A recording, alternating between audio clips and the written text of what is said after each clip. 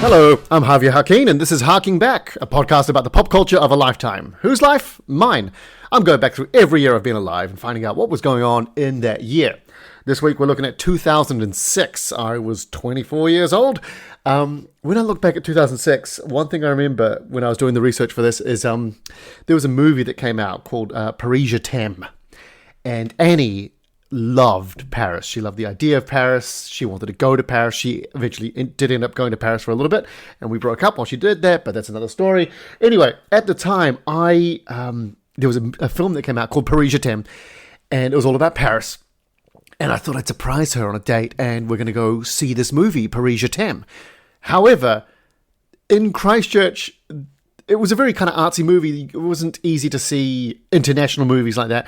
There was only one cinema that was playing it, which was this dinky little artsy theatre called the Academy Cinema in the Arts Centre of Christchurch.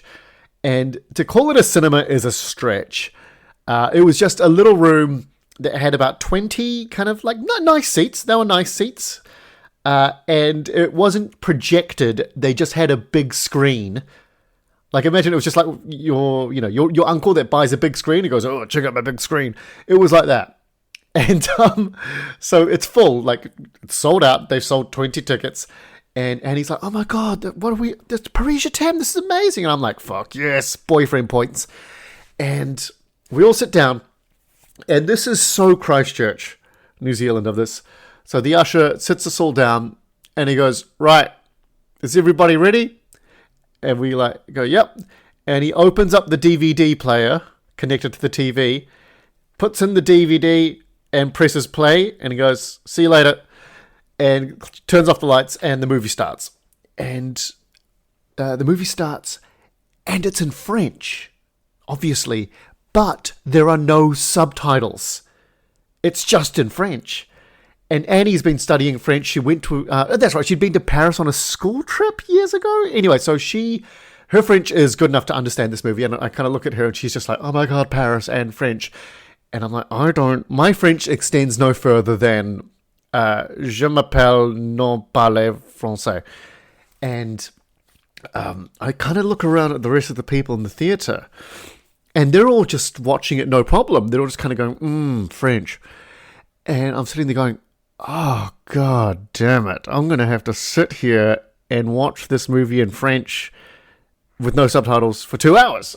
But hey, Annie loves it. Fine, just get comfortable." And about 15 minutes into the movie, the usher comes in and looking a little bit flustered. He goes, "Oh, I'm so sorry. I forgot to put on the subtitles." And everyone just goes, "Oh, thank God."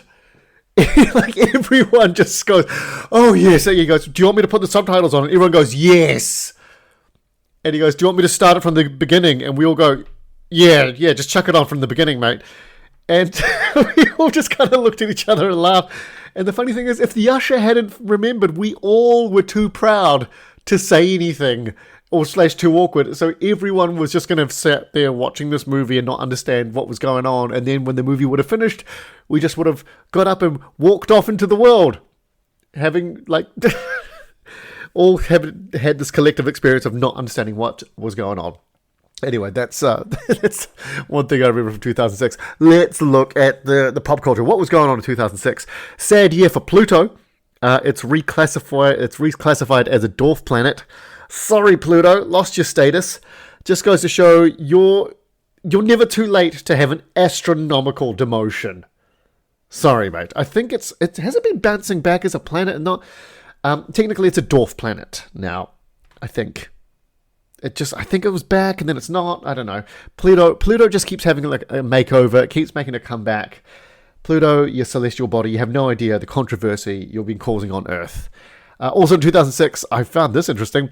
The FBI arrested 3 people for trying to sell Coca-Cola trade secrets and recipes to Pepsi. What happened was a high-up secretary at Coke and 2 other accomplices stole recipe documents and a vial of an unreleased Coke flavor and called Pepsi and said, "Do you want this?" Pepsi called the police, and then an FBI agent went undercover and posed as a Pepsi executive to make the sale, and they caught these guys from Coke red-handed. At what point did this need to go from the police to the FBI? I don't know what the jurisdictions are. FBI seems excessive for selling secret recipe things. Is that really a thing? Like, apparently the KFC's like secret herbs and spices recipe is locked away. Apparently the original Coke recipe is locked away. It's written on a piece of paper in this massive vault. I'd like to think that the FBI caught wind of a Coke deal and thought it was a cocaine deal. And when they were in too deep when they realized that, oh, you mean Coca-Cola? Oh, well, we've got to see it through now. Otherwise, we look like idiots. But the trade war between Pepsi and Coke is huge. I did a video once for Pepsi where they wanted me to throw cards because they had this new Pepsi Zero's. The campaign was Pepsi Zero Sugar Unbelievable Taste. And they had me and some other guys do these videos that were, of unbelievable skills. And so they wanted me to throw some cards for them. They wanted me... let me see if I can dig out this video. Remind me. By the way, I'm going to try and start using the Discord more. So Pepsi came to me, and I will try to upload this video onto Pepsi or find the YouTube link to it. If I don't put it in the Discord, remind me in the Discord. The details are in the episode descriptions. Pepsi came to me and said, we want you to throw some cards. And they had a whole bunch of ideas of what they wanted me to do. And some I was just like, yeah, we could do that. And some others, I was like, are you high? We can't do that. They were like, can you cut piano wire with a card? And I was like, no, it's piano wire. That's what they use to garrote people. No, I can't do that. The one which was most ridiculous they wanted me to do was... they wanted me to bounce a travel card, like an Oyster card. For those of you who don't live in London, these are the cards that you can tap in to get onto the tube and stuff. You hold them onto the barriers, and then they, like a contactless payment, and they go beep, and the gates open. And they said, could you throw one of these cards so it bounces along several of these barriers, like stand side onto them, and so throw a card so that it kind of skips along these and opens all the gates? And I kind of looked at them like they were mental, because they are. And I said, no, that's A, I can't do that, and B, logistically, the card can't do that, because once it opens one gate, it knows it has to exit through a gate before it can open another one. Like, anyone that sees this will immediately go, that card can't do that. Anyway, to get this deal done, we eventually had to agree that, like, some shots I will do. Like, they were like, can you throw a card into a moving car sunroof? And I was like... several attempts, but yes, that is doable. And other ones, they were like, could you throw a card through a ring of fire? And then, like, if we had a hydrogen balloon on the other side, and then, like, could it pop the balloon and, like, create this massive fireball? And I was like, no. Eventually, we had to fake some things because I needed the money. And I was like, sure, whatever you guys want. Some of these things you want to fake, I don't really care. And I had such a sticky experience doing this shoot, where about half the tricks are real and half the tricks are not, that after this experience, I decided I never want to be faking things again like this. So there was a time I went through doing a lot of trick shots, especially over lockdown, and every time I was like, oh, people would say, oh, they're weighted cards, they're metal cards. I'm like, no, they're not. They're just regular cards. It's because of this video. Anyway, I will try and find this video and put it up there because it was on YouTube for a bit, and then the company that they subleased it to make took it down. Anyway, that's a long way to get to the point. When I did this deal with Pepsi, one of the things I had to do was go through my tweets and my social media, and they wanted me to delete any time I'd mentioned the word Coke or Coca-Cola, or as they call it, the C word. And some other tweets, they were like, this we can't have you tweeting this stuff. What was some of the stuff that I tweeted? There was one tweet I remember. It said, One Direction has released... Remember One Direction, the 12-year-olds who became the boy band? Anyway, the tweet was, One Direction has released a perfume, their own cologne. It smells like statutory rape. They asked me to delete that. And I was like, yeah, okay, fair enough. What else happened in 2006? Zinedine Zidane, in the World Cup final of France and Italy, Zinedine Zidane headbutts Materazzi, an Italian player, in the chest, gets sent off, and that's the last time he ever played a game as a professional player. This went huge. Like, it was so controversial. Like, I mean, you do this in the World Cup final. Like, I'm sure players give each other shit all the time. Apparently, this Italian player, Materazzi, had said something about Zinedine's sisters. but like these guys must get all sorts of crap thrown their way, right? Maybe he just had enough. I think he was going to retire after this game anyway. What was weird is he headbutted him in the chest. What a weird place to headbutt someone. And you look back and, Italian players will go down at the drop of a hat anyway. But he looks like it really hurts him. And also, I quite like that Zidane chose to headbutt him rather than punch him, because objectively, a professional football player who's about to retire, have they had years and years training to punch something hard or headbutt something hard? Yeah, he was going, yeah, I want to hurt this guy. Let's go with the muscle I've been using for the last 30 years of my career, or however long he's been playing. This clip of him headbutting this guy was the first time I remember seeing the internet go to town on a clip and just change it. This is the kind of first time I remember videos going viral. And they changed who he headbutted, or they have him doing this big rainbow trail super run up, and it was great. It was great. Anyway, I think it's really divided on how people feel about this thing. On one hand, people hate Zidane for this, what a disgrace to end your career on this ridiculous red card. But apparently a lot of people praise him, just going, yeah, defend your sisters. What a way to go out. Either way, we're talking about it, right? Does it cement his legacy even more? I don't know. I'm still kind of undecided. I mean, it's also hard to say. It was an extra time of the World Cup final, so it wasn't like if he got sent in the first half, everyone would be like, yeah, what a dick. But in the extra time, I don't know. It's certainly something that sparks debate and conversation. Anyway, in 2006, we're all starting to get online profiles and starting to do a lot more things online. As a result, the most common passwords in 2006 are QWERTY, monkey, let me in with no spaces, 6969, and 1234567 And I'm willing to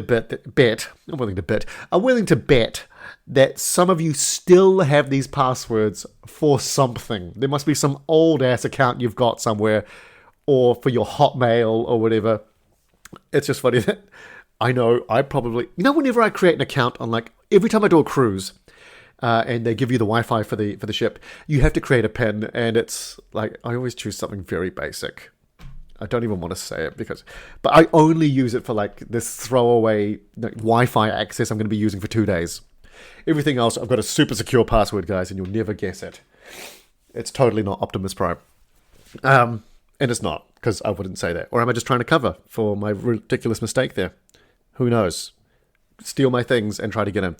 Skype in 2006 is announcing 100 million registered users. Remember Skype used to be a thing? You're a thing when your product name is used as a verb. Remember? I'll Skype you. It was great. Skype was just this workaround, because my parents, I remember them calling home. It was a big deal. You'd have to buy a phone card, and you could be like, okay, we got 15 minutes to talk on the phone, and suddenly Skype lets you do this for free. And then they included video calls, and suddenly that was the end of pretending you weren't home. How were they not a huge thing during the pandemic? How was it Zoom that got in there? I heard that Microsoft bought Skype and then tried to edge out Skype and introduce Teams instead.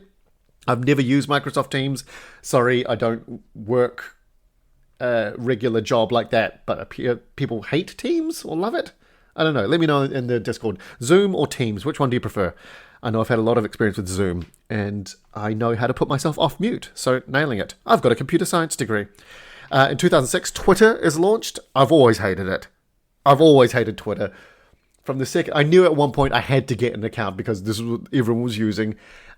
Everyone got onto Twitter because this was the first social media that celebrities were starting to use to announce things and to be on social medias and stuff with that blue tick. So I knew I had to be on there. I had this counter idea for Twitter where instead of you having lots and lots of followers, right, you get to have 3 followers, right? You're allowed a maximum of 3 followers. However, you get to choose who those followers are, and they must read your tweets, right? That's it. You get 3 followers, you choose who they are, but they must hear what you have to say. So you could choose, like, I want the Pope, and I want the President, and I want Tom Cruise, and they will listen to everything I have to say. I think it could take off, all right? Mandatory social media, very small. Disney buys Pixar in 2006. This is around the time Disney's slowly starting to go, we could just buy every company that makes good things and then make them make bad things. Oh, Disney, we used to love you. We used to love you. Star Wars Kid. I think this was the first big, massively viral video. Star Wars Kid. If you don't know about it, it's a guy, I think at high school, messing around with a camera in one of the school studios. He's got like a stand, like a mic stand. Anyway, it's like a long rod. And he walks around pretending it's a lightsaber and he's doing his moves. And he filmed it, and then it got into the wrong hands, and then and they sent it to 2 friends, and they sent it to 2 friends, and then all hell breaks loose. Apparently, this video ruined this guy's life. Like the first meme, dude. I feel sorry for him, but he goes, "This Star Wars Kid." Wherever you are, Star Wars Kid, thank you for your service. You provided a lot of people with a lot of smiles. Let's put it that way. I was going to say laughs, but that's probably the problem. And also in 2006, sadly, but not surprisingly, Steve Irwin dies. I've always felt conflicted about this because he looked like such a nice guy. He did great things for, animal awareness, and he was a great TV personality. But really, when you spend a lifetime fucking with deadly animals, don't be surprised when a deadly animal kills you. This guy was like the definition of fuck around and find out. Like, he just... It was like there was so many times. I'm surprised it didn't happen sooner. He'd be like, "Oh God, look at that! Look at that deadly creature! It could kill you in seconds. Let's get closer." Why? What are you gonna do to? How does that enhance it? It just makes us all go, "Oh, he could die," and then one day, "Oh, he did die." It is sad. I feel very, very sorry for his family, but it was so stupid. It was really stupid. Anyway, the world of TV, Top of the Pops ends in the UK. The final song was Shakira's Hips Don't Lie. More on that later. But we lose Top of the Pops in the UK, but you get Planet Earth. Planet Earth debuts, and it is one of the best documentaries you'll ever see. It's narrated by David Attenborough, so win already. By the way, I'm going to say it. British documentaries shit all over American documentaries. 90% of it is the narration, and if you've got a David Attenborough narrated documentary, forget about it. Just stop what you're doing. You're going to enjoy the next 50 minutes no matter what. The guy, I'm sure this guy would have had so many projects put in front of him, and he's only put his name on the good stuff, which leads me to believe a lovely image of David Attenborough reading something and going, "This is absolutely crap." The writer puts his pitch on the desk of the hopeful TV exec in front of me.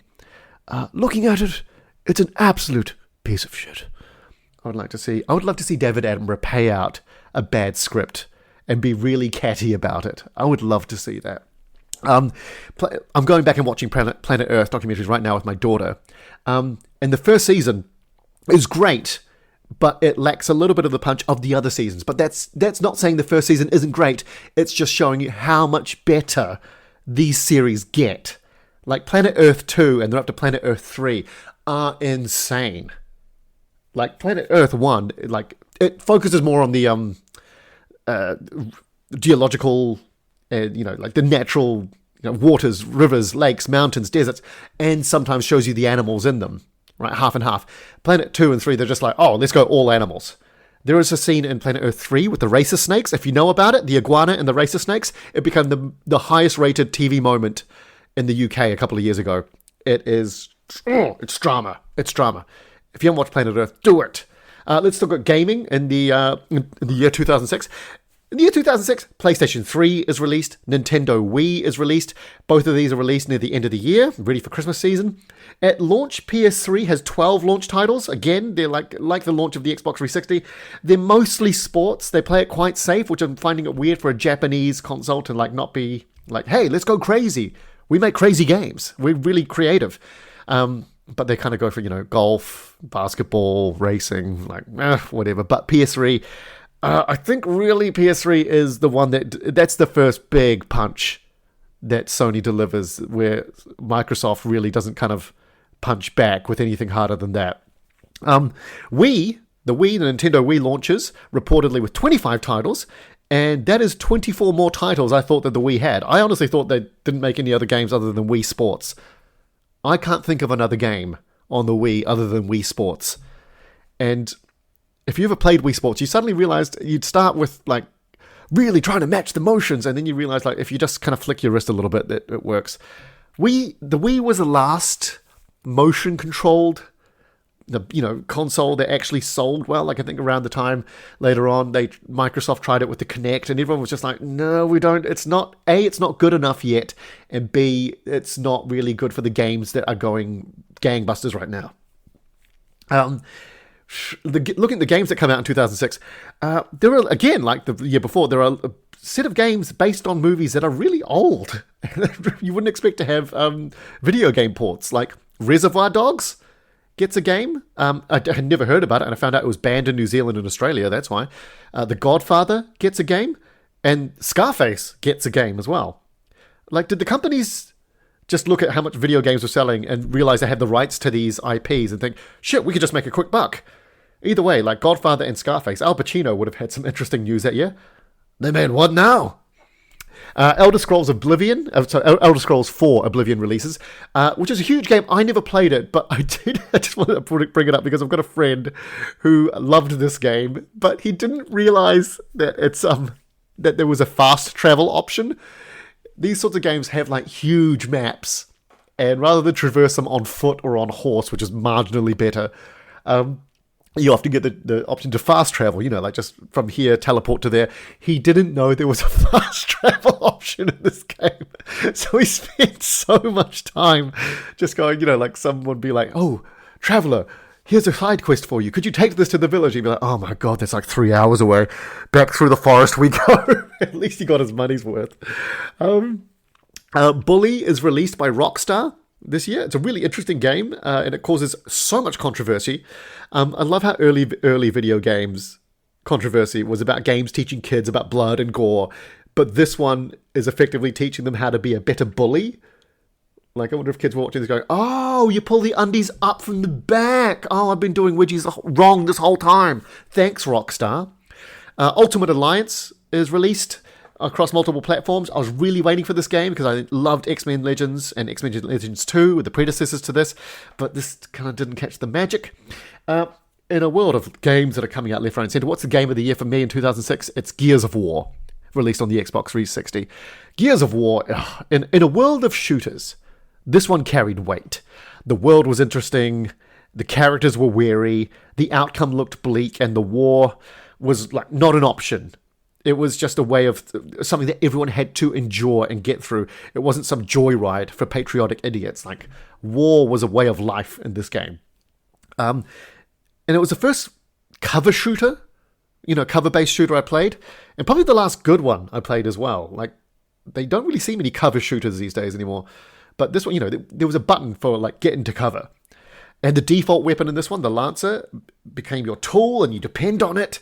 Despite the fact it's ridiculous, it's like a machine gun with a chainsaw bayonet. Yes, please. Hell, even reloading this thing was fun. And this was a game that did not want you to be a hero. It was like, just get your head down, provide some cover fire, maybe flank around, maybe a bit of close quarters combat. It was great. It was just, I hate reusing the word gritty over and over again, but that's what it was. And it just, everything felt, you could feel the hits. It was great. And it had a co-op story. Another friend, hey, pick up a controller. Let's both do this. Split screen story mode? Hell yes. More of that, please. I don't know where that went. Let's look at songs in 2006. We are consuming music digitally in 2006. iTunes has its billionth song downloaded, which is The Speed of Sound by Coldplay. But everyone's downloading music now. CDs are, they're on their way out if they're not already. They're gone. Crazy by Gnarls Barkley is a huge hit. I always thought Gnarls Barkley was one guy, but I found out it's actually a duo of CeeLo Green and producer Danger Mouse. Did not know that. I know that now. Let me paint a picture for you of 2006. Things like London Bridge by Fergie, making big waves. Lips of an Angel by Hinder, which, again, is another anthem for cheating.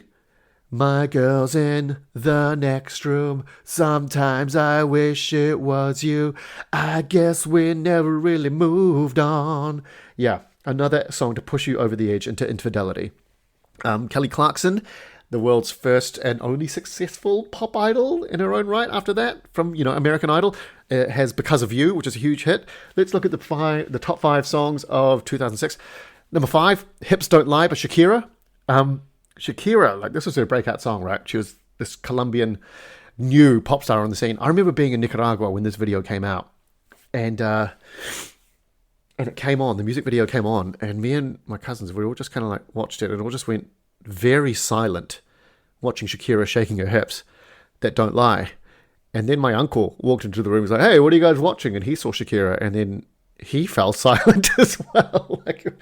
It was, I know it sounds creepy, but we weren't leering, we weren't making noises, we were just silent and just watching this. It was hypnotic. Yeah. And number 4, You're Beautiful by James Blunt. James Blunt, well done you for pushing back and being a guy that gives it back on Twitter. Because he makes this incredibly, sincere song. And the British public don't like him because he's done the incredibly sincere song. And also he is so posh. He's so posh. My wife just watched a documentary on him. And his speaking voice is absolutely what you think when you think of posh boys, yeah. And his family sent him to boarding school. And the funny thing is, in this documentary, he talks about oh yes, boarding school. Actually, looking back, it absolutely traumatized me terribly. I actually think it's number one reason for a lot of the demons in my life. And he tries to tell his parents that boarding school fucked me up, and they're like, that's just what one did in those days. Come on, stiff upper lip. It's just the family drama that should have been healing, but everyone just kept calm and carried on, and nothing was resolved. This is when James tried to tell his parents what had gone wrong, and his parents went, sounds like a you problem. Number 3, Promiscuous by Nelly Furtado. Remember Nelly Furtado? She was all over it. She also had that song, I'm like a bird.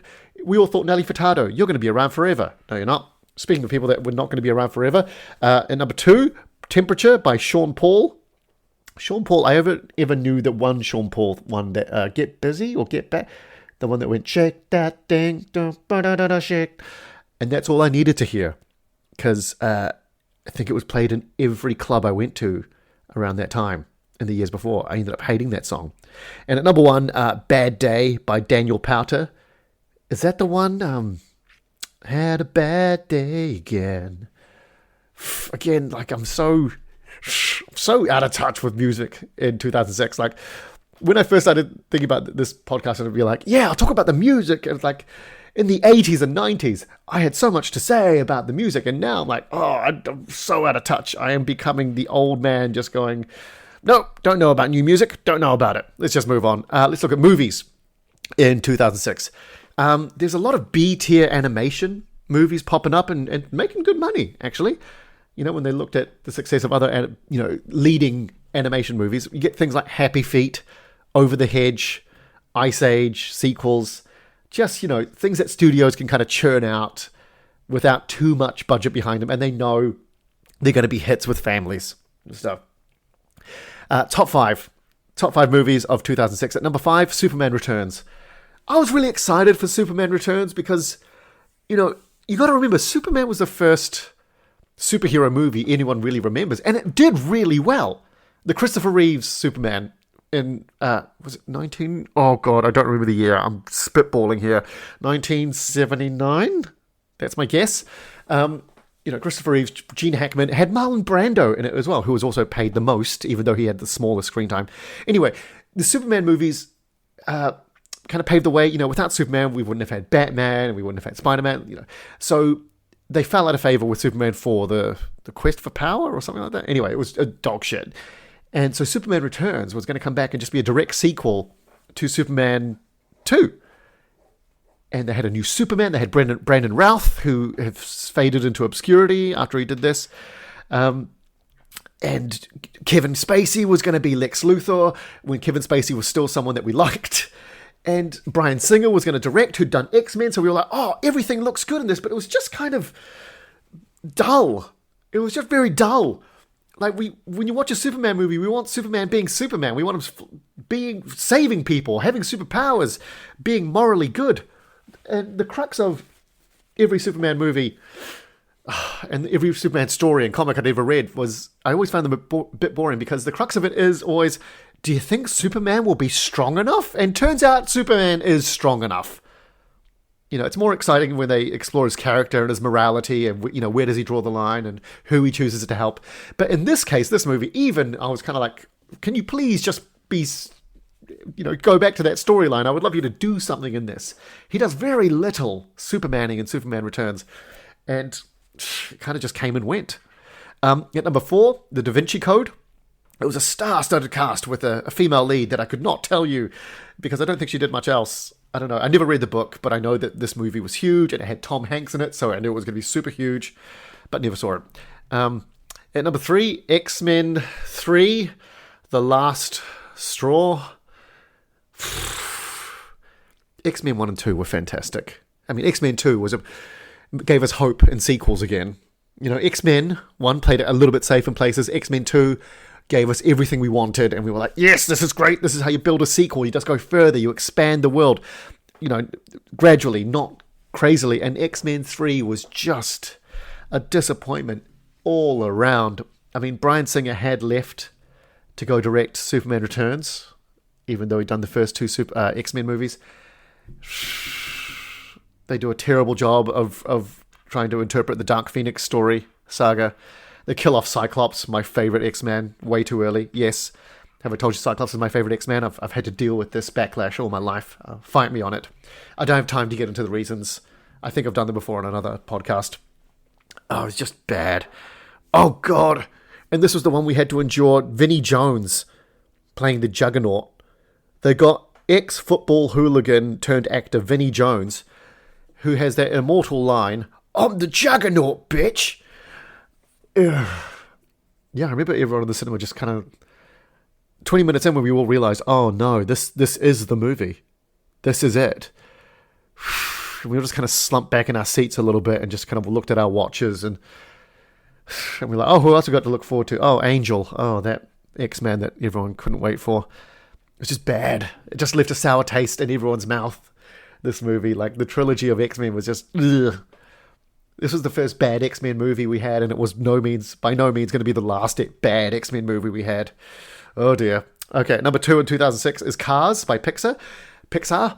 I think Pixar a lot today. Pixar. Cars. This is the one I have issue with.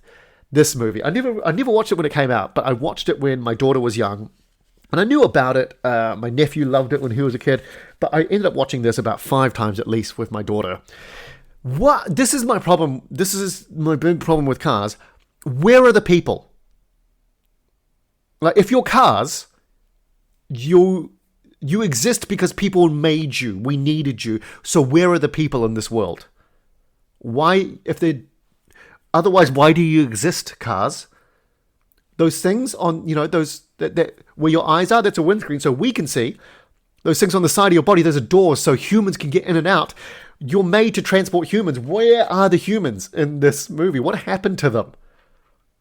And also this really kind of, it's a dark world because you just got, some cars are race cars, and some cars are Winnebagos, and some cars are smaller, shitty cars. Does that mean that some cars are just born/made better than others?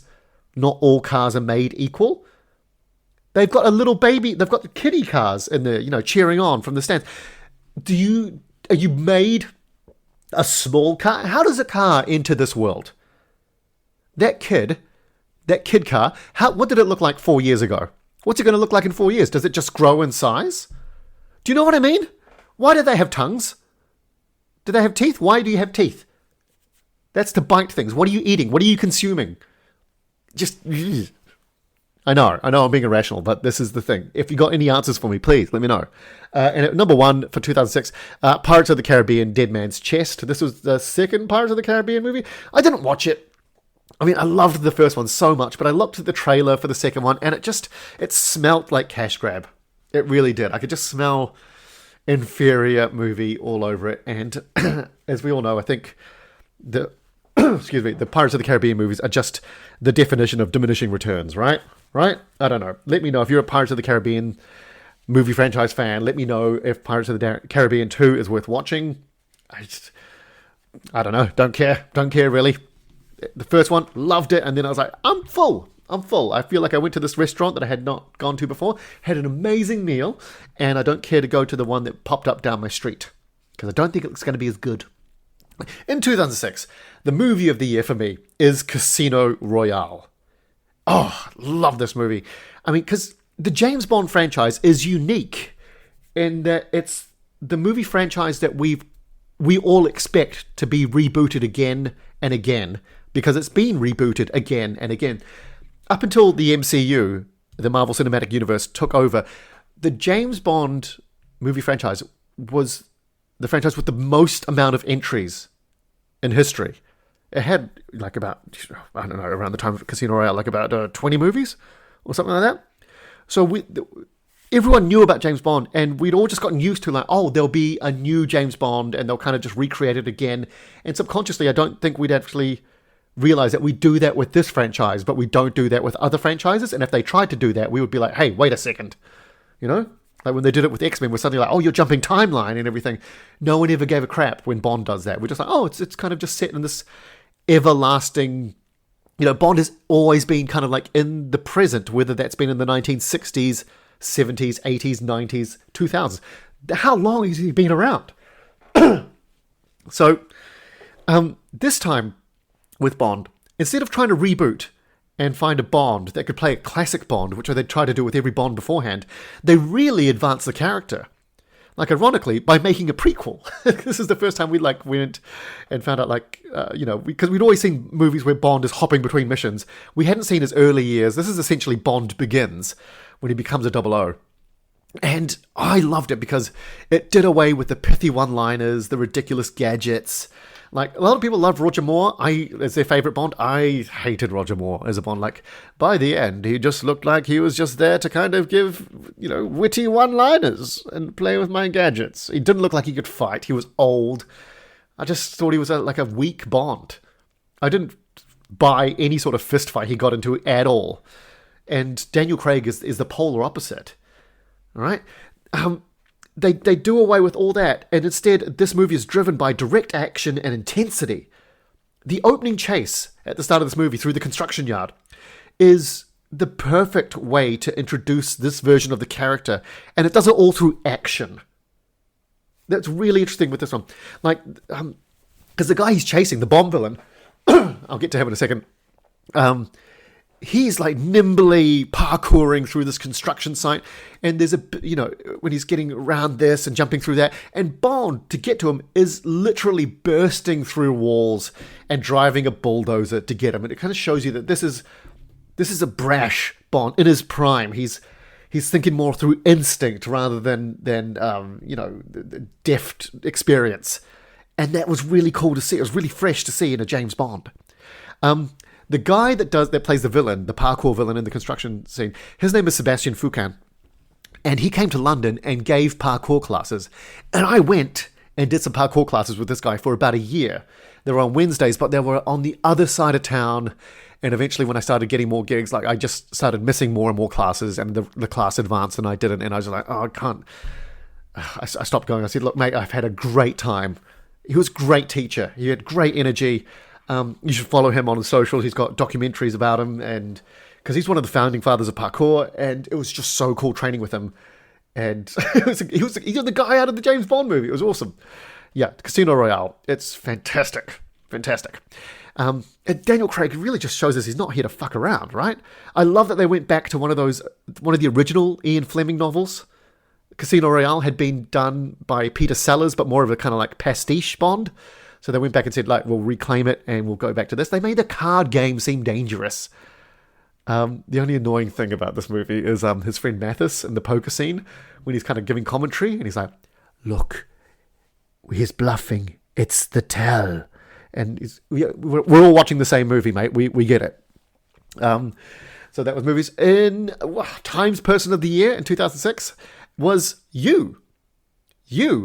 Time wanted to recognize all the people who contributed user-generated content to websites like YouTube, Wikipedia, and social media.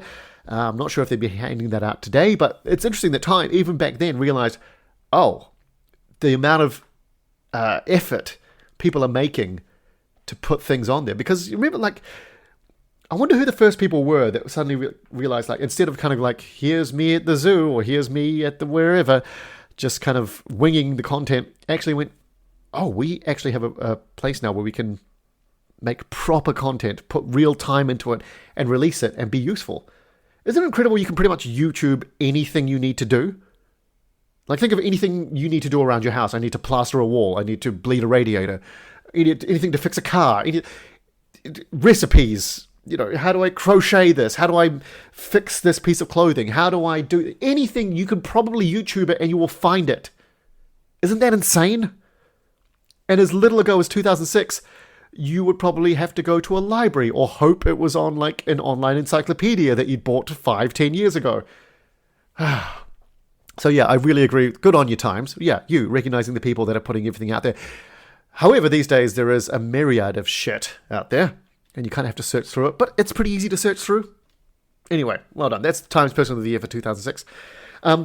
The other major thing I remember 2006 for is I remember the day exactly I quit my job to be a full-time performer on March 16th, 2006. I remember Annie had said to me, I don't know if you know this, but you wake up miserable because you have to go to your job, and you come back and you're miserable because of your job. You don't enjoy your job. And it wasn't the people, it was just the job. I just was not passionate about it. I could do it. I was competent. I just had zero drive. I remember 5 o'clock would roll around and I'd be like, I'm out of here. I'm gone. And I could see all the other people there. They wanted to stay and work on this project and work out this problem. There was one time at work there where I had a problem of why a program wouldn't work. And I had to, debug it down to the byte level. And when I got it and when I figured it out, I felt quite satisfied. But I realized it was satisfying but just to solve the problem, but I didn't feel yes, this is my calling, this is what I want to do. So in 2006, I quit my job and I said to myself, I'm going to give myself 2 years to try and see if I can be a performer for a living. 2 years. And if that doesn't work, I will go back to finding another job in IT. And I remember my last day, I said bye to my boss. I said, that's it. Thank you very much for everything. And he was always a little bit absent-minded. He was like, don't you need to give it 2 weeks notice? And I said, I did hand that in 2 weeks ago. See you later.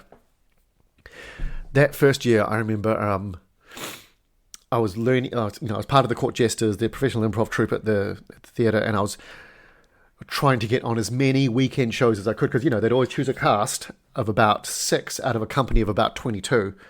And so I was trying to get on as much as I could. And even then, they didn't pay that much. And we were lucky to get paid. Most improv companies in the country didn't get paid, but we did. But we also got corporate jobs sometimes. They needed meet and greet characters or go do a corporate improv set after a dinner. I'd always put my hand up for those. I got some real stinkers out of those. Just to give you a little flavor, the very first one we did was for a company where they were laying off their staff and they'd put on a night for them. And they said, let's hire some characters. That was great. I got cast on my first kids show in 2006. It was because during the school holidays, the Court Theatre would put on shows for kids. And this show was called No Moa, which is spelled M-O-A. It's a extinct prehistoric New Zealand bird.